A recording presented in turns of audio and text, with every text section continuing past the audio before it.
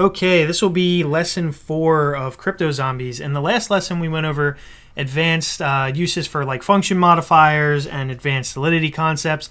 In this video, we're going to be fleshing out the battle system for our zombies. All right, so we're going to quickly review some common function modifiers, and we're going to introduce a new modifier called the payable modifier. All right, so private, and you can see like these ones are all external here. So these are the things that we're talking about.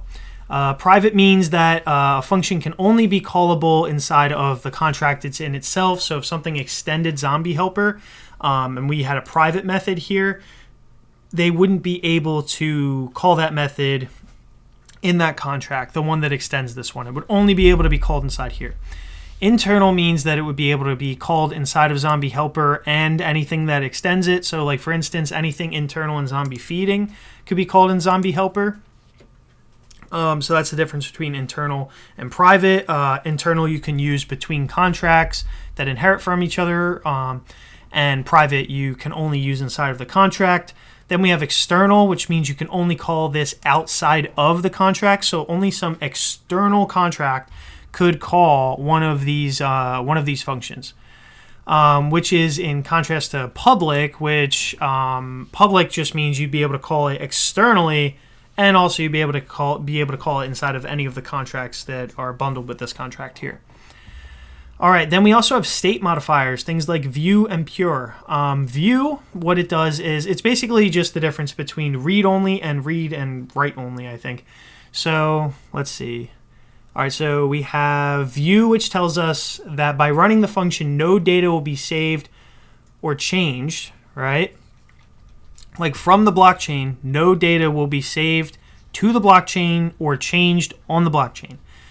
Pure tells us that not only does the function not save any data to the blockchain, but it also doesn't read any data from the blockchain. So view will read data from the blockchain. Pure will not even read any data from the blockchain. It's just some like function that exists that doesn't have to interact with the blockchain like at all, right? And that's why it's called a pure function. Both of these don't cost any gas to call if they're called externally from outside the contract, but if they're called internally by another function, they will cost gas.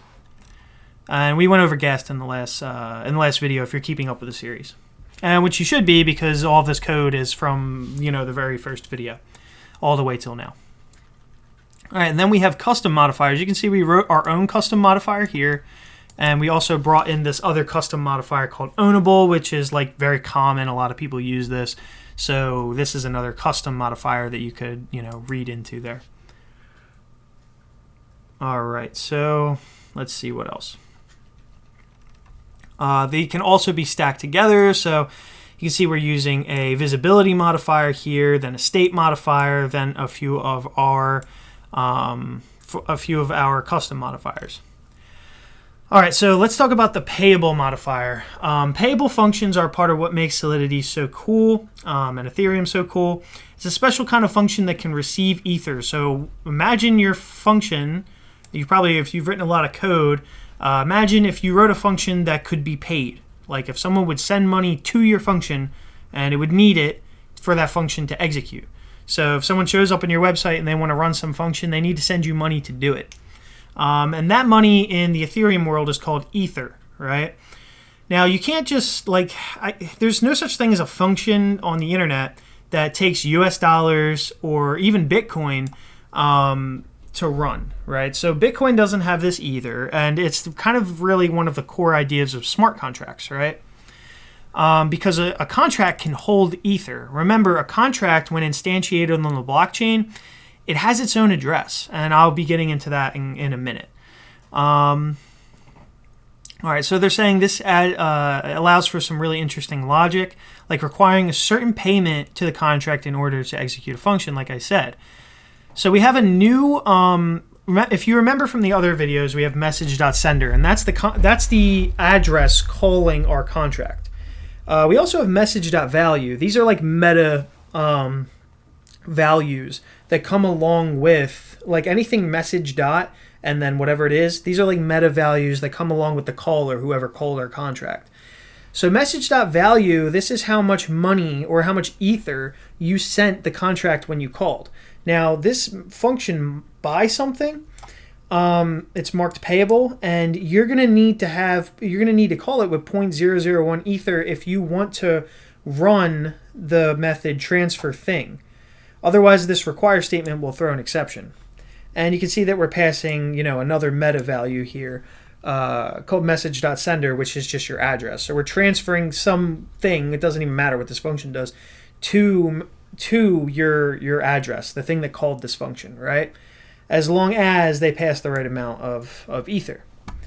All right, so here message.value is a way to see how much ether was sent to the contract, and ether is a built-in unit, by the way. Like, this is built in. Let's see, this is someone calling it from a JavaScript API. So you can see, like, in some programming languages, they just create like an API, and then that's kind of what sends this stuff, right?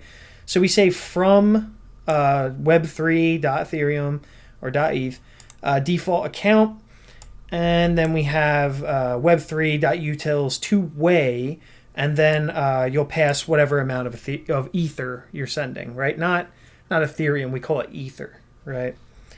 All right, so it says notice the value field. Basically, yeah, you can read over this. This is just kind of like the API. All right, so if a function is not marked payable and you try to send ether to it, as we do above here, the function will reject your transaction. All right, so let's put it to the test. Let's create a payable function in our zombie game. So let's say our game has a feature where users can pay Ethereum or Ether or whatever to level up their zombies. The ETH will get stored in the contract, which you own. So remember, this Ethereum gets stored in, or this Ether gets stored in the contract.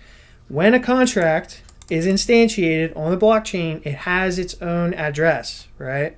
This is like a weird thing to kind of get into your brain. So there's some address. Just like how you have an address, this contract has an address. And just like how you own some ether on your address, like in your MetaMask or whatever, this contract can have some ether associated with the address.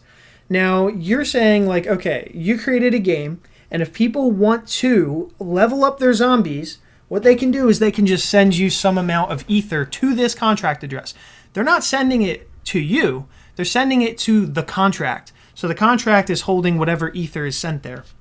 It's kind of a difficult concept to wrap your head around, but just try and think of like contracts having their own address. That's kind of important, right? All right, so we're going to define an unsigned integer. So uint like that, named level up fee.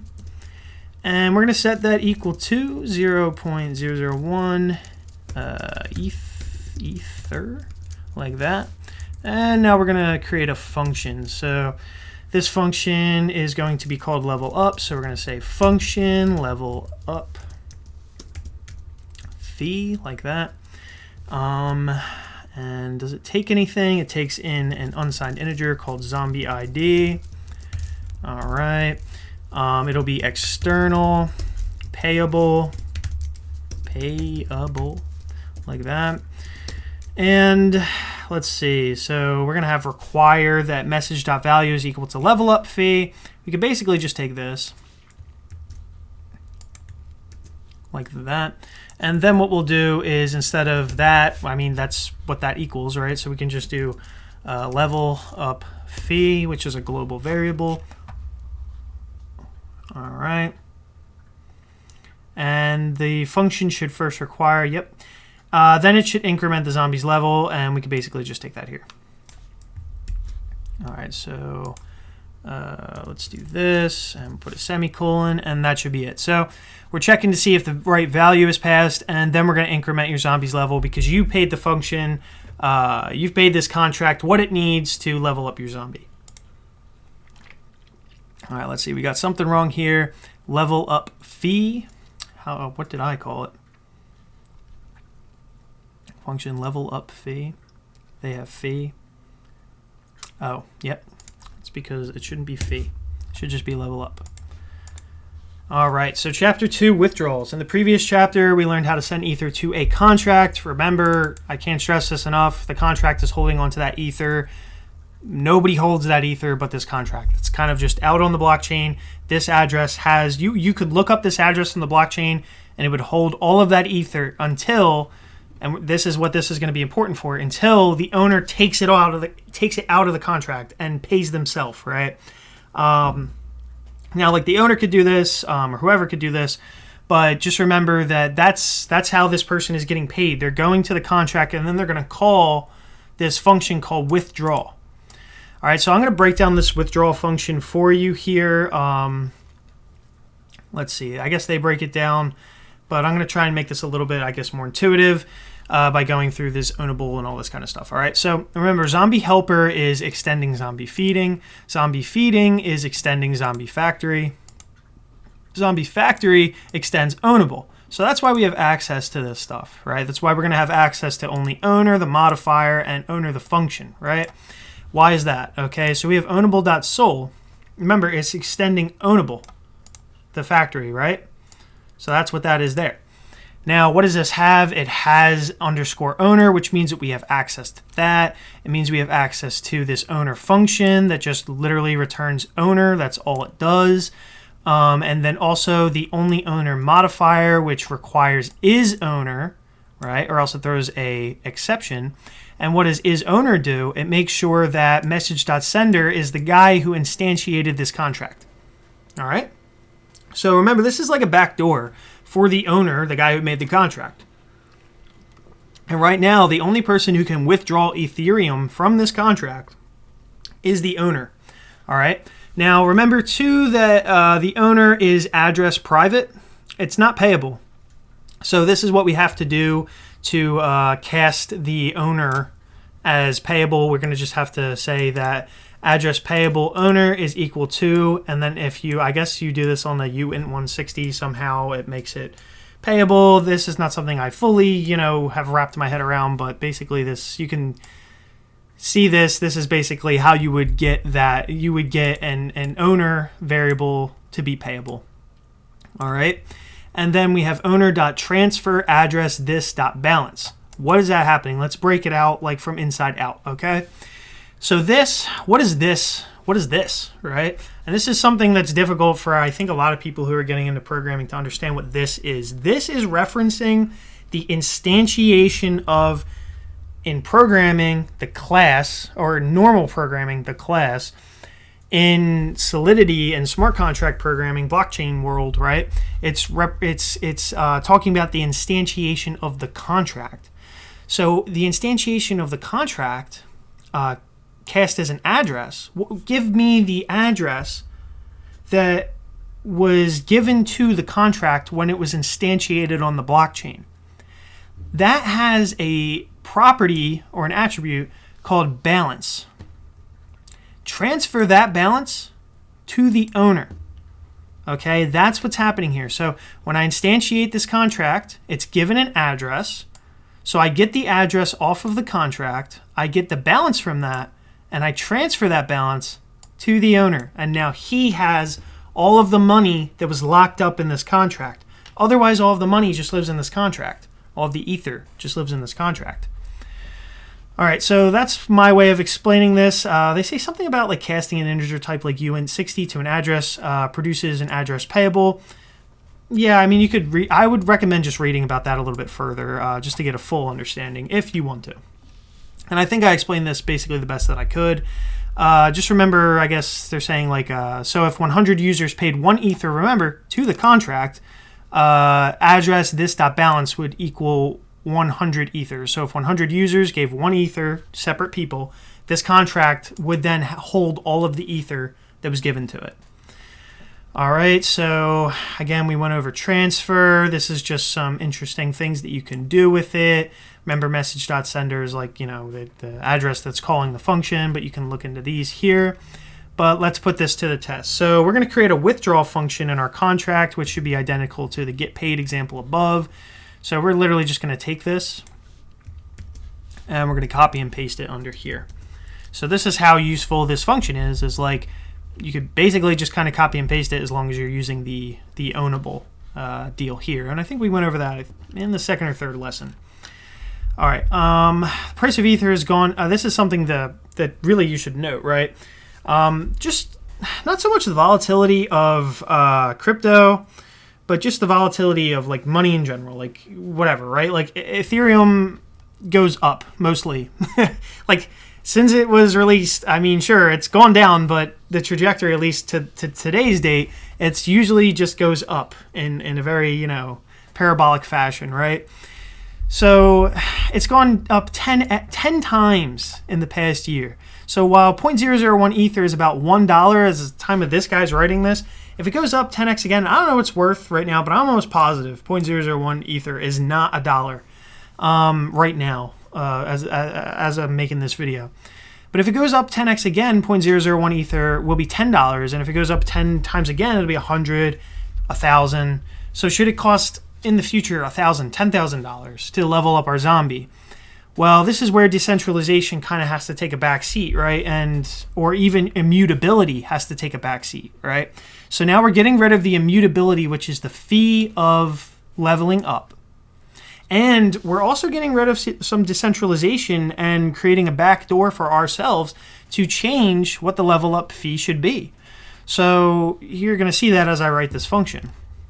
So I'm going to write a function here. Because remember, we trade off a lot of things when we do this stuff. Not everything is perfectly decentralized. Not everything is perfectly immutable, as long as I decide that it isn't, right?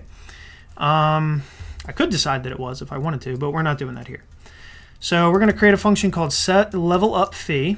All right, it takes one argument, an unsigned integer underscore fee. And we're going to say external and only owner. And you can see the trouble there, right? So this is only the owner can change the fee, but it kind of should be that way, right? So imagine the price keeps going up. Again, we run into that problem where leveling up can cost $1,000. Well, we want the owner, the guy who created the contract, to be able to change that fee if he wants to keep his game playable, to keep it at basically $1. And because no one's going to want to spend that Ether just to level up their zombie in the future. And so basically only the owner can do that. Now, if we let anybody do that, it could be someone could make it 100 Ether, someone can make it 1,000 Ether, someone can make it 0.0001 Ether, right? Like, so that's not good because people would just randomly change it and troll you all day, right? Now, if you left it immutable, again, it wouldn't be able to change. So this is kind of a trade-off that you're going to have to make for immutability and decentralization. And central, yeah, like you're making it much more centralized by saying like I have full, power to do this. All right, so we did that, and the function should set level up fee equal to fee. So we're going to do level up fee, set that equal to fee, and hopefully we got that right. All right. All right, so zombie battles. Now that we've learned about payable functions and contract balances, it's time to add functionality to our zombie battles. We're going to create a whole new contract. They created a file for us. We're going to follow the same formats, and now they're going to test us, and they're going to see what we remember. I may forget some things, so let's see how well I even do. All right, so let's review creating a new contract. Repetition leads to mastery, and that is true. So we're going to do pragma solidity. This right here, 0.5.0. Then we're going to do less than 0.6.0. Put a semicolon. The next thing we'll do is import zombie helper. It's telling us right here, number 2, import zombie helper. All right, and I remember they wanted / to say like, okay, it's here. So we're going to do zombie helper.sol. Okay, and we're going to close that, and then we do contract zombie attack is, because it inherits from zombie helper. All right, and then it says leave the contract body empty for now. All right, so as long as we're not missing any semicolons, it looks okay to me. Let's see what happens. All right, we got something wrong here. We got, I think, the first thing wrong. So pragma, I spelled solidity wrong. Okay. There we go. All right, so random numbers, and now you get to learn about Chainlink. Not really Chainlink, but keep in mind, this will be a lesson that will really kind of show you how just useful oracles are, right? I don't know how deep I'm going to go into all this stuff here and how we generate random numbers or pseudo-random numbers, but basically this is something that oracles solve, and if you've also looked at the price of things like Chainlink or just how popular oracles have been, and probably they're going to be a lot more popular in the future. So if we're talking about this 5 years from now and like Band Protocol and API 3 and all those things are worth a ton of money, I wouldn't be surprised. Or like Berry Data or something like that. Or Chainlink's gone up in price or whatever, right? So basically, let's see. Let's talk about why random numbers are tough on the blockchain. All right, so all good games require some level of randomness. How do we generate random numbers in Solidity? The real answer here is that you can't, or at least you can't do it very safely. So why is that? Let's see.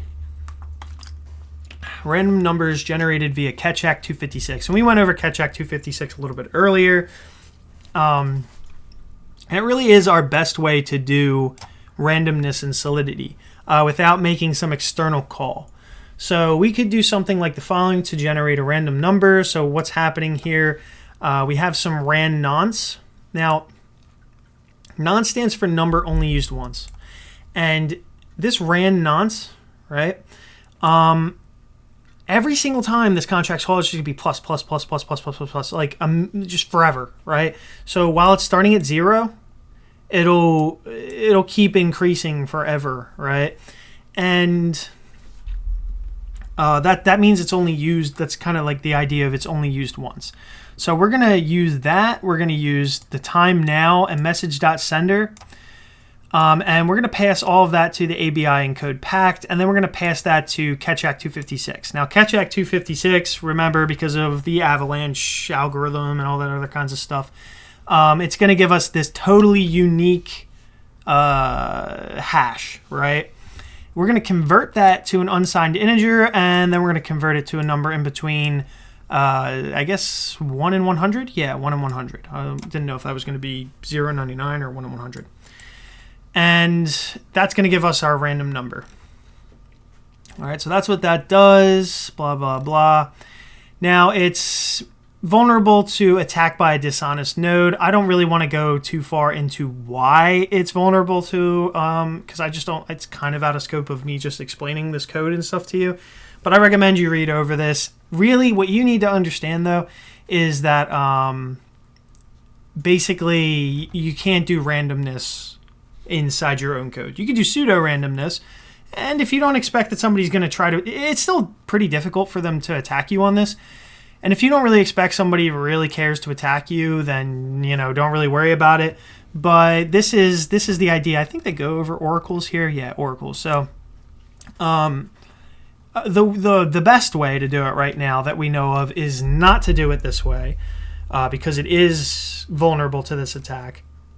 And how we can do it safely is this. So I guess they're linking to some Stack Overflow thread for good ideas. One of the ideas, maybe even from that thread, would be to use an oracle to access a random number function outside of the Ethereum blockchain. Again, this is something like Chainlink, Band Protocol, Berry Data, API 3. Those are examples of oracles, right?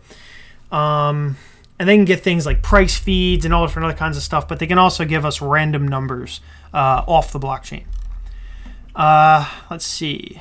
So, they're just going over other stuff and why it's kind of difficult or whatever. And then in a future lesson, they say they may cover using oracles. So, again, read over all this stuff. Click on the Stack Overflow. 1 second. There we go. So click. That. Sorry about that. All right, so in a future lesson, they may cover oracles and secure ways to pull data in from outside of the Ethereum blockchain. All right, so let's put this to the test. Let's give our contract a unsigned integer called rand nonce. So let's do uint rand nonce, and nonce just stands for number only used once. We're going to set that initially to be equal to 0. All right, and we are going to do this the insecure way. All right, you could do it the Oracle way in the future. You probably should do it the Oracle way, but we're just going to do it the insecure way just to kind of, get things rolling. And then you would just like rewrite the implementation of this function to get it a more secure way when you actually went to go put your thing on the blockchain or instantiate your contract or whatever. All right, so we're going to create a function called rand mod. So function rand mod, which stands for random modulus. All right, and it's going to take a unsigned integer modulus. It'll be internal and returns a uint, unsigned integer. All right, hopefully that's right. The function should first increment rand nonce. So we're going to do rand nonce ++. All right. And finally, in one line of code, should calculate the uint typecast of the Ketchak 256 hash of the ABI encode pack, blah, blah, blah, blah, and return that value modulo the modulus. And that's a mouthful, I guess they're saying.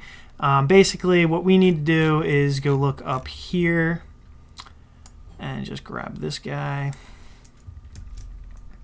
Okay. And this is pretty close, I think, to what we want, if not exactly what we want. So let's see. Uint typecast of the Ketchak 256 of the hash of now, message.sender, and rand nonce modulo. Nope, the difference is that we don't want to use 100. We're going to use the modulus that was passed. And this thing is returns, blah, blah, blah. Let's see. Returns a uint. Takes a uint, internal, returns a uint. And that's because I think we just actually need to maybe return this. Could be that. There we go. All right, so chapter 5, zombie fighting. All right, so now that we have a source of some randomness in our contract, kind of pseudo randomness, but whatever, we can use it in our zombie battles to calculate the outcome.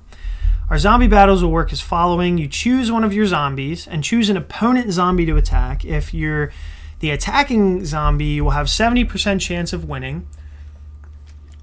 And the defending zombie will have a 30% chance of winning. So you'd rather be on the attacking side. All zombies, attacking and defending, will have a win count and a loss count that will increment depending on the outcome of the battle. If the attacking zombie wins, it levels up and spawns a new zombie. If it loses, nothing happens except its loss count is incremented. Whether it wins or loses, the attacking zombie's cooldown will be triggered. All right, so this is a lot of logic to implement, so we're going to be doing this over the next couple chapters. Not next couple lessons, we're going to finish it in this lesson, though. All right, so give our contract an unsigned integer variable called attack victory probability and set it equal to 70. All right, so we'll do that here. So unsigned integer, attack victory probability. Luckily, that was already in the file. And set that equal to 70. All right, and now we're going to create a function attack. And it'll take two parameters, zombie ID, which is an unsigned integer, so zombie ID, and target ID, so target ID, which is also an unsigned integer. And it should be an external function. All right, and I don't think we are implementing the body right now. Okay. All right, so chapter 6, refactoring common logic. All right, so this is just going to be a quick refactor, and we're going to be using a modifier instead of doing things some of the ways we've done before, but you'll see that. All right, so whoever calls our attack function, we want to make sure the user actually owns the zombie they're attacking with, so that's important. It would be a security concern if you could attack with someone else's zombie. That would kind of be just, kind of boring, right? You could just use any zombie you want, even if someone else made it, and that wouldn't be good. All right, can you think of how we could check to see if the person calling this function is the owner of the zombie ID they're passing in? So give it some thought and see if you can come up with the answer on your own. Take a moment, refer to some of the previous lessons code for ideas. The answers below, don't continue until you've given it some thought. So I guess just don't look down here right now. But you do remember, the only thing I'll say before I just kind of go along with it is that we have seen, I don't know if that's here, but you can see like something like that. But where we have seen is that we do have a zombie to owner here. So we do know what the zombie to owner is. We do know that we can require, so we do know that given a zombie ID, we can check the owner and say that you're allowed to do something. Now, obviously, the answer is staring us in the face, but we're using this mapping to see if message.sender, which is metadata about the guy who called the contract, is equal to zombie to owner, which is this mapping here, of the zombie ID that was called with a contract, right? So we're requiring that. That's the only way that they're going to be able to do this. And we've done this check multiple times in previous lessons in change name, change DNA, feed and multiply. Yeah, we use this check. And this is where the mapping lives, right? Is our initial zombie factory. All right, so this is the same logic we'll need for our attack function. Since we'll be using the same logic multiple times, let's move it to its own modifier and clean up our code. All right, so we're back to zombiefeeding.sol. So where's zombiefeeding.sol? There we go. And we're going to create our modifier. So instead of function, we put modifier.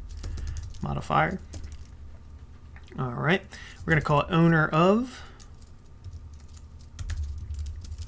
and it takes one argument, a uint zombie ID.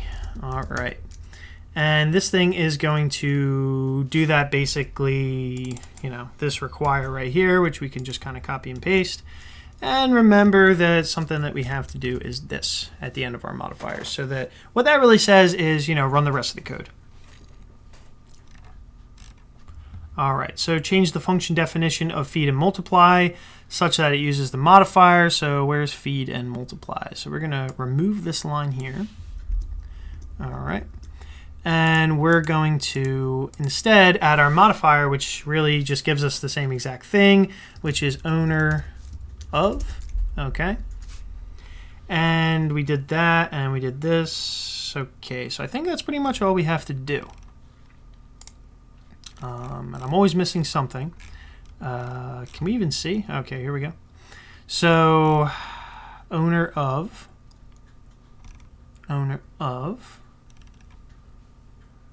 We remove the line. Change the function definition of feed and multiply such that it uses the modifier owner of. This is how I would have done it. Let's see what we did wrong. Oh yeah, we have to pass it the zombie ID. So you can see up here that the owner of function or modifier takes the zombie ID, and we need that for the lookup, right? So you can't just, there are some cases where you just pass like just the modifier. But I missed that, I guess, in this case.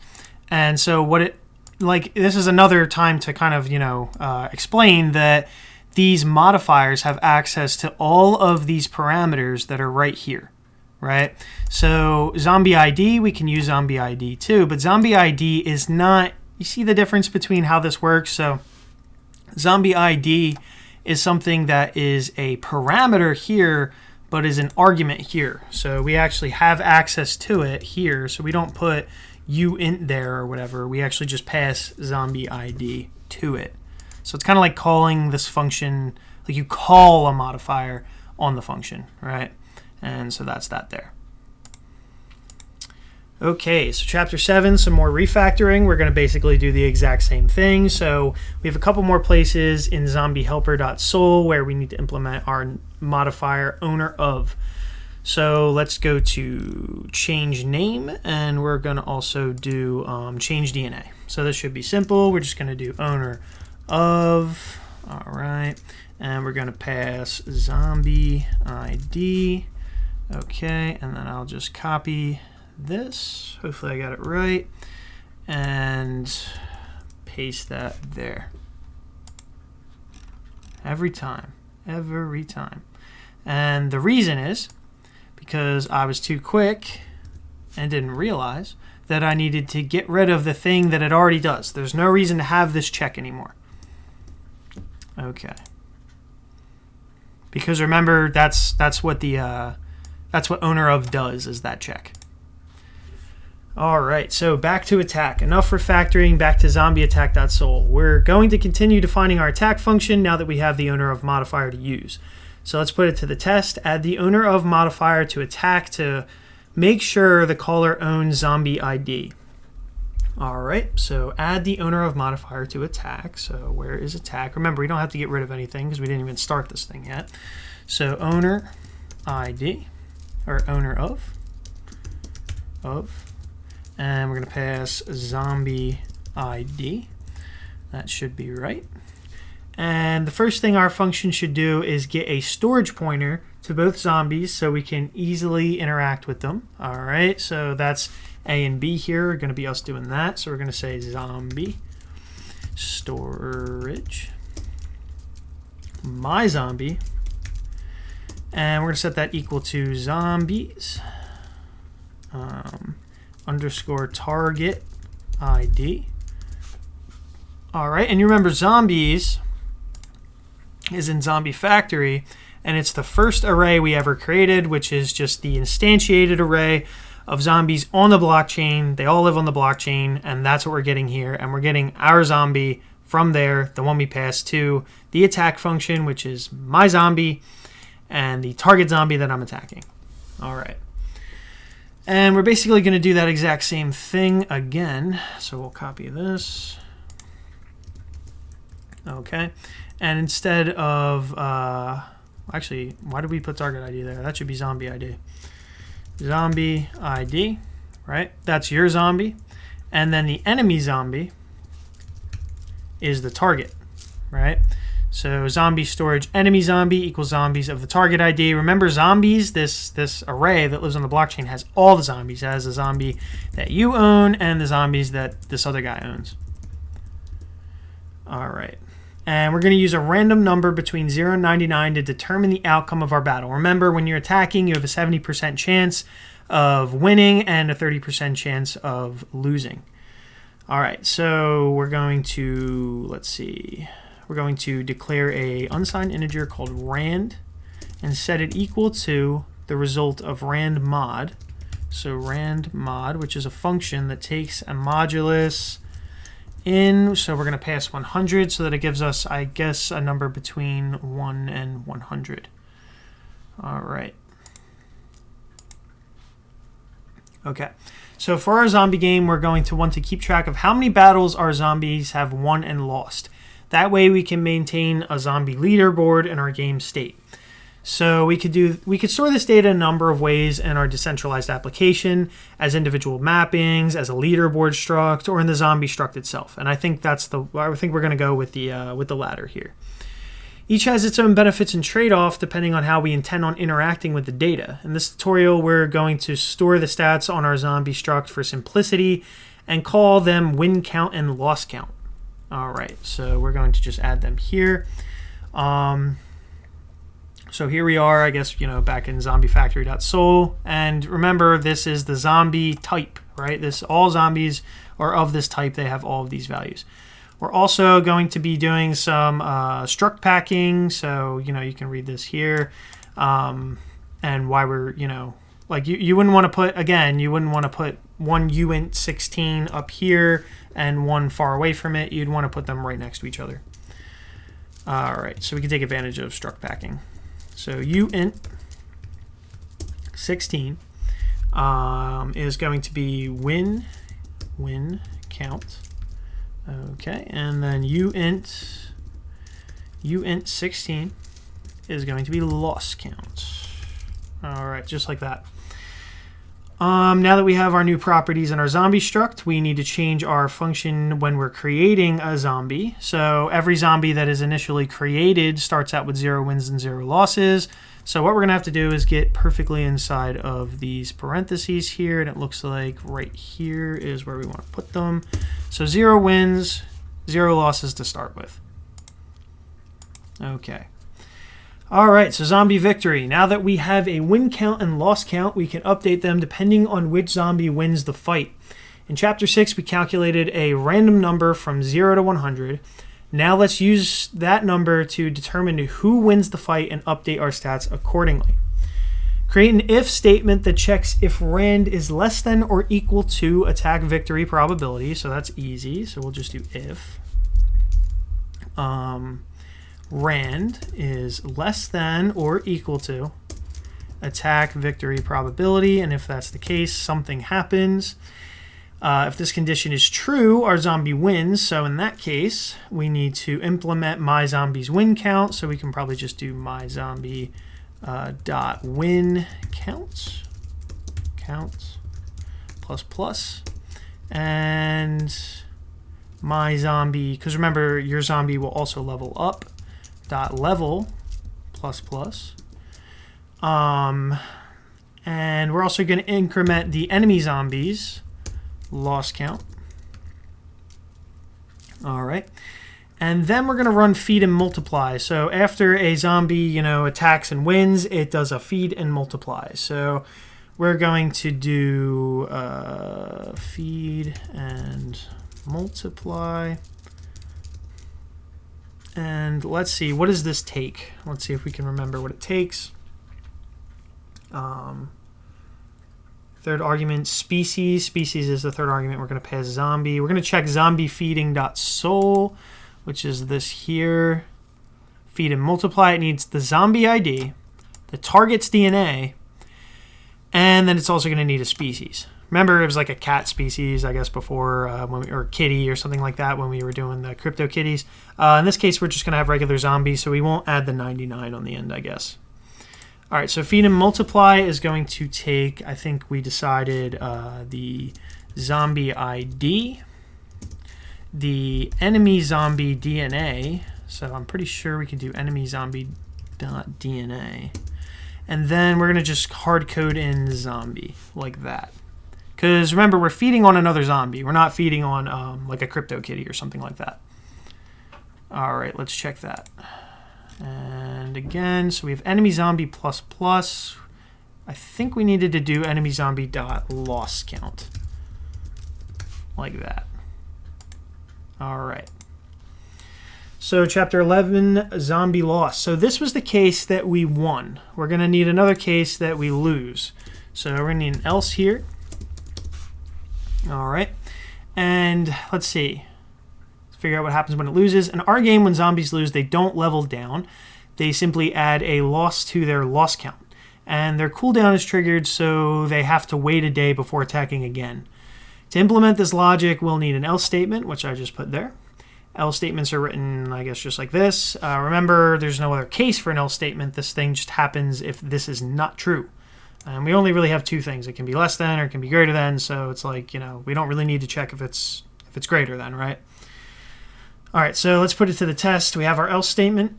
In this case, we're going to increment the zombie we attacked with. We're going to increment his loss count. So we're going to do my zombie.loss count plus plus. Okay. We're going to increment the enemy zombie's win count dot win count plus plus. Okay. And then we're going to run trigger cooldown. Now, feed and multiply already runs trigger cooldown. So if we go to zombie feeding and we look at feed and multiply, and then we look for, at the end of the function, we run trigger cooldown on the zombie. We're not feeding and multiplying because we lost, right? So in this case, we're just going to trigger the cooldown. Like nobody fed on anybody. We just lost, right? So, like, I guess only the attacking zombie can feed and multiply. So what we're going to do is do trigger cool down like that. And we're going to run it on my zombie, because remember, trigger cooldown takes a zombie in. So if we go and look at trigger cooldown, I think it's in here. It just takes an actual zombie. Now it takes a storage zombie, so that's important. But it takes an actual zombie type. So we just pass it our zombie, and he needs to cool down. All right, and I think that should be it. I usually get something wrong, some syntax mistake, but let's see. All right, that's good. Now that's pretty much it. So this is wrapping up. So that concludes lesson 4. Go ahead and we'll test our battle function to the right. And we'll claim our reward. After winning the battle, your zombie should level up. Your zombie will increase his win count. You will spawn a new zombie to add to your army. And let's go ahead and try the battle, then proceed to the next chapter to complete the lesson. All right. I guess Chris is going to attack Cat Chris here. Or something. Someone attack somebody. Oh, we chose one of the zombies in our army to attack the zombie at the top there. That's what happened there. I don't know if you call it that, but that's what I did. I didn't attack the cat one. I could have just chosen either one. So if we try another combination, this one could attack them, and there you go. We get a different one. All right, so Iota has been slain. That's another blockchain. Has been slain in battle. Your zombie's win count is 2. Iota's loss count, blah, blah, blah. I guess it's... I wonder if that's the... Probably a lot of people just have been running it against that. So maybe that actually is other people attacking it. And a new zombie was created because, remember, we ran feed and multiply. All right, so I guess I'll just do the same as I've been doing before. We'll tweet this out. All right. Lesson 4 is done. Let's see. Peter Schiff's not saying anything bad about Bitcoin. That's good, I guess. And let's see. So that's pretty much it for this lesson. Now I'm just going to go over where you can find me and how you can support the channel. You can check out all these links in the description of this video. You can donate with crypto, and you can click on any of these links. I'm going to be showing you the Discord, but also I would like if you guys would join the Matrix. It's just, you know, kind of a better, it's my preferred chat platform. All right, so this is my website. You can click on that link, other social media. I have blogs and stuff like that that I create over here and links to software that I do. I would rather that you follow me over on Odyssey. It's a blockchain platform. You know, I'd rather people be using these blockchain decentralized platforms rather than YouTube anyway. You can follow me over on GitHub and check out some of the projects that I'm working on. Obviously, you can follow me over on Twitter. I sometimes stream on Twitch, so you can look out for those. If you want to support the channel, you can support me over on Patreon. This is the Discord if you have like questions or whatever. Right now, I only have a cryptocurrency thing, like one cryptocurrency interest thing, but I'll probably add a blockchain text channel in the future. And yeah, so that's pretty much it for this video. Make sure to like and subscribe, and I'll see you guys in the next one.